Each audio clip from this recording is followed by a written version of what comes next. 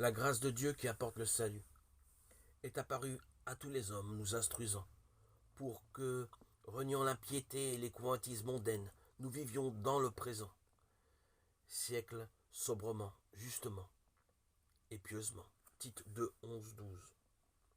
Le grand sujet de l'épître à Tite est le maintien de la piété dans nos vies individuelles, dans nos relations familiales et entre croyants, ainsi que dans notre attitude envers le monde. Dans cette épître, l'Apôtre ne développe pas, comme dans la première épître aux Corinthiens, l'ordre et la conduite qui doivent nous caractériser lorsque nous sommes réunis en assemblée, mais il nous montre comment il convient de nous conduire dans nos vies privées. Cela est assurément très important.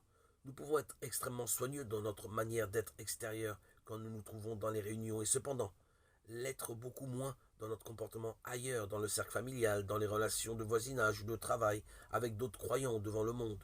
La négligence dans la vie privée conduira immanquablement à l'hypocrisie. Une belle apparence en public masquera une marche privée défaillante.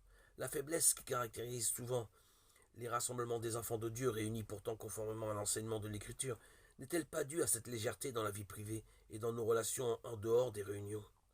C'est aussi ce qui peut empêcher des croyants désirant sincèrement découvrir la mise en pratique des enseignements qu'ils ont pu entendre ou lire de se joindre à ces rassemblements.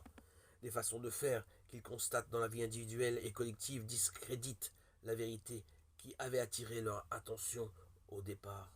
Au cours de l'épître, l'apôtre insiste plusieurs fois sur le lien entre la vérité et la piété. Si la vérité n'est pas maintenue, la piété manquera sûrement. Si la piété n'est pas maintenue, la vérité sera dépréciée sûrement. Néanmoins, l'apôtre ne développe pas la doctrine et le maintien de la sainte doctrine n'est pas le sujet principal, comme dans les épîtres à Timothée.